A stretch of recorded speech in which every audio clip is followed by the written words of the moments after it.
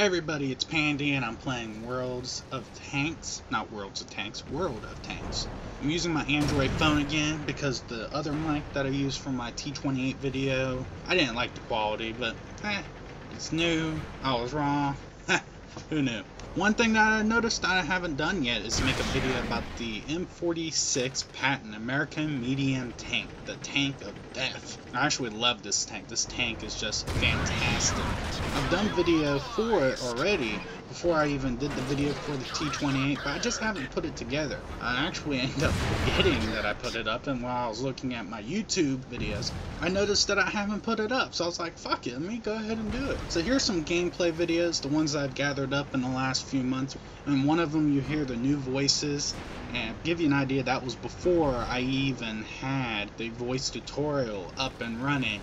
To give you an idea how old that part of the video is. A lot of the other ones are newer, they're better, I guess, I don't know. I'm going to be doing the editing after I do the commentary. Now, a little bit of information about the Patton itself. The M46 was the first tank to be named after General George S. Patton, who happened to be the commander of the U.S. Third Army during World War II, one of the earliest advocates for the use of tanks, American advocates for the use of tanks in battle. The M46 Patton was designed to replace the M26 Pershing and the M4 Sherman during the Cold War. The upgraded turret for the M46 Patton, or the Patton in World of Tanks, is actually standard issue on its older brother, the M46 Patton, with an effective armor in-game of about 180mm worth of armor. This turret was also capable of housing the 105mm, that has become standard issue for American armor in 1961 with the entry of the M60 Patton. Only the M46A5s were ever upgraded with this 105mm gun. The M46 only saw service with the United States, France, Italy, and Belgium, and only saw combat action during the Korean War, making up close to 15% of the total armored forces in theater. Now, like any medium tank, it doesn't really fare very well by itself, unsupported by its team. Usually what I would advise anyone having a hard time playing medium tanks is to stick around other medium tanks. Trail behind heavy tanks or lead the charge with other medium tanks, hit the weakness of enemy lines, but never, ever try to get into a brawl with any heavy tank. You don't want to make that fight fair. If you make it fair, they're going to beat you because they have more hit points, they have more armor, and usually they come with a bigger gun. Don't fuck with the heavy tanks unless you have to. And I know, heavy tanks are afraid to get their paint scratched, and unless you're in a wolf pack of medium tanks, it might be quite difficult to play as a thin-skinned, squishy little medium tank. But here's the deal.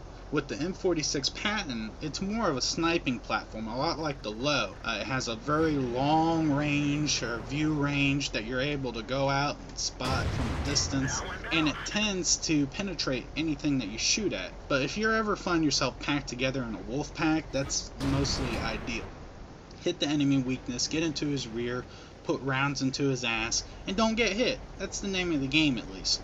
The Patton itself is really good as a scout, and the longer that you keep yourself alive, the more targets that you light up, the better that your team will manage, as long as your team's backing you up, or you put yourself into a position where your team is backing you up. My best tactic that I've found whenever I'm attacking is to spot the targets and put harassing fire out while the heavy tanks put out the heavier rounds out to defeat the enemy tanks.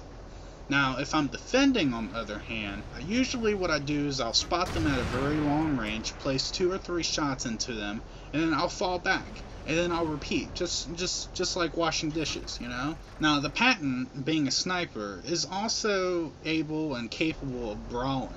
I managed to solo a VK-45-2 quite a few times by performing that ring of death around them.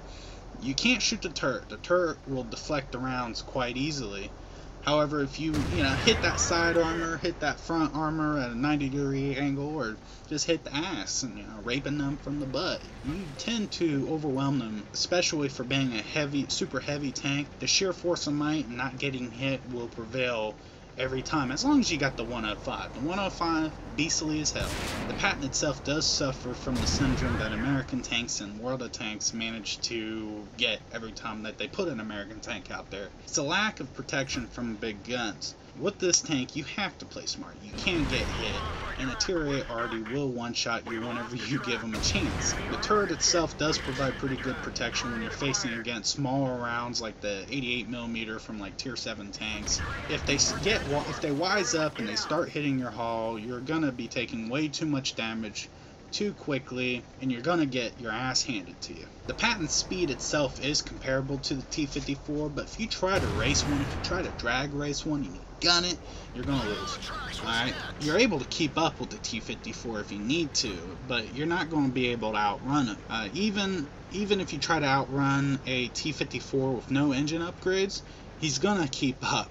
That's, you know, he's gonna keep up with you. You'll be able to beat him in a race with your upgraded engine, but that doesn't say much, especially when everyone already knows stock tanks suck nuts. And the 105 on this mother does pack a punch. It does shoot slower than the T-54's main gun, but it does just a little bit more damage. Whenever I go to tow with any Mosses, I tend to give them a pretty good licking before they do me in. And I usually don't get done in by them. It's usually the other tanks accompanying the Mosses usually do me in. Now keep in mind that 105 is not exactly a true Moss killer. No tank is. So you gotta let the artillery do the heavy lifting when it comes to a Moss, and just keep them lit up, stay alive. Now when it comes to a piece of advice for just medium tanks in general, again, you got to use that speed to advantage. That is your real strength right there. Find a weakness in the enemy line, exploit it, shoot from range, and if you have to brawl, at least you would have enough health to be able to do it.